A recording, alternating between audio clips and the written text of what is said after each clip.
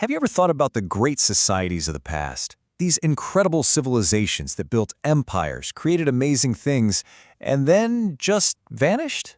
It's a mystery that has fascinated people for centuries, and today we're going to dig in and see what we can find out. I mean, just picture it.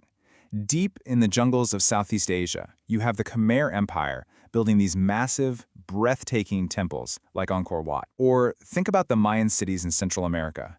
They developed these complex societies with sophisticated astronomy and architecture that still blows our minds.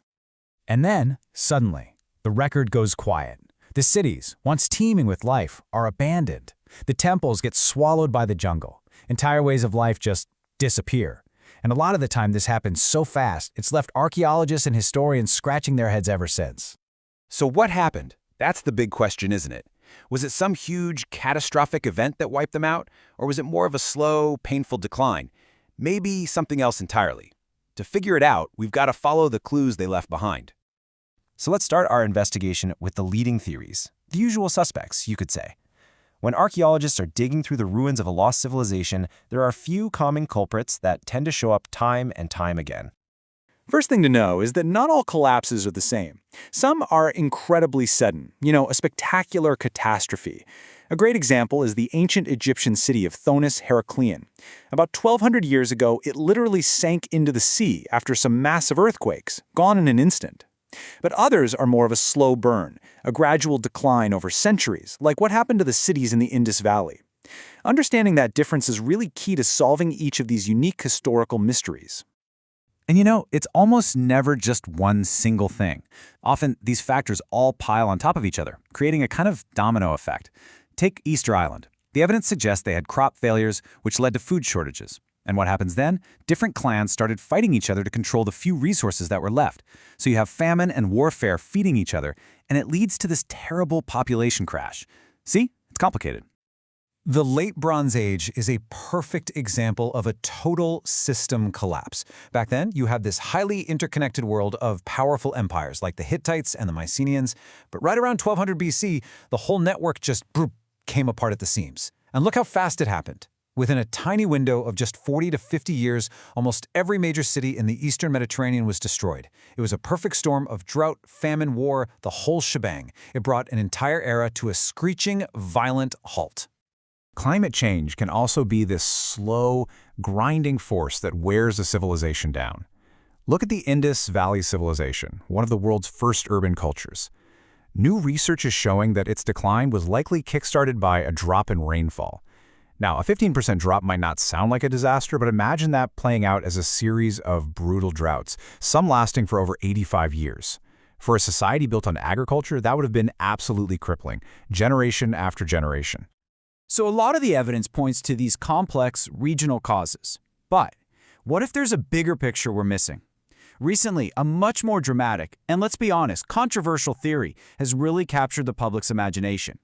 It suggests that a single, forgotten global event might connect a lot of these ancient mysteries. This idea, which has been popularized by the author Graham Hancock, basically argues that there's a whole lost chapter of human history. It proposes that the true origins of civilization are way, way older and much more mysterious than we've been taught in school. Okay, so here's the theory in a nutshell. First, that a super advanced, sophisticated society existed tens of thousands of years ago, during the Ice Age. Second, that a global cataclysm, maybe a meteor hitting the ice sheets, wiped his civilization almost completely off the map. And third, that the few survivors acted like missionaries, traveling the world and sharing their advanced knowledge, which then sparked the rise of all the ancient civilizations we do know about, from Egypt to Mesoamerica. And here's a crucial part of this whole narrative. The theory claims that the academic establishment, mainstream archaeologists, isn't just skeptical of this idea. It claims they're actively dismissing, or maybe even hiding, evidence that could prove this version of the past is true.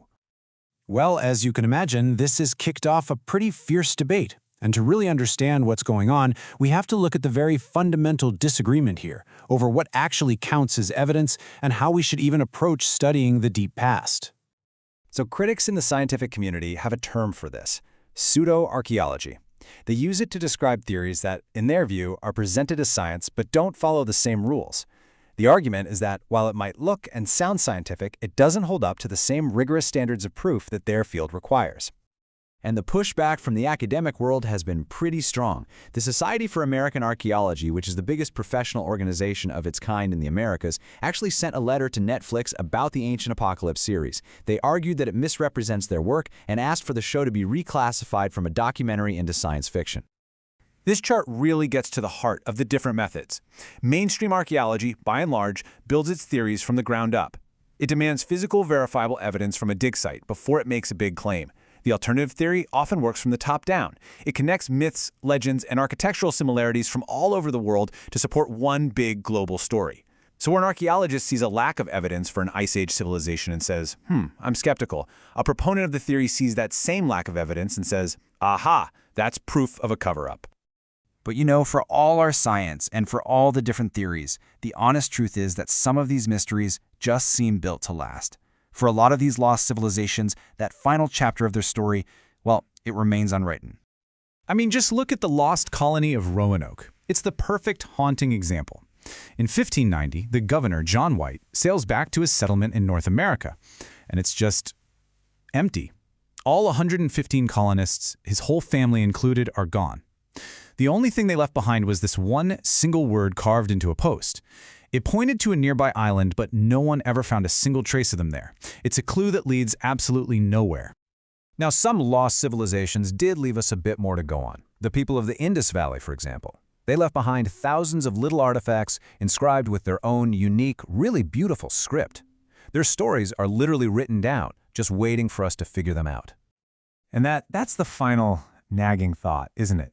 Because to this day, the Indus script is completely undeciphered. We have their words, but we have no idea what they're saying. We can't hear their voices. And it's just this powerful reminder that no matter how close we think we are to solving these mysteries, some secrets of the past might just be lost to time, forever, leaving us to wonder what they might have wanted to tell us.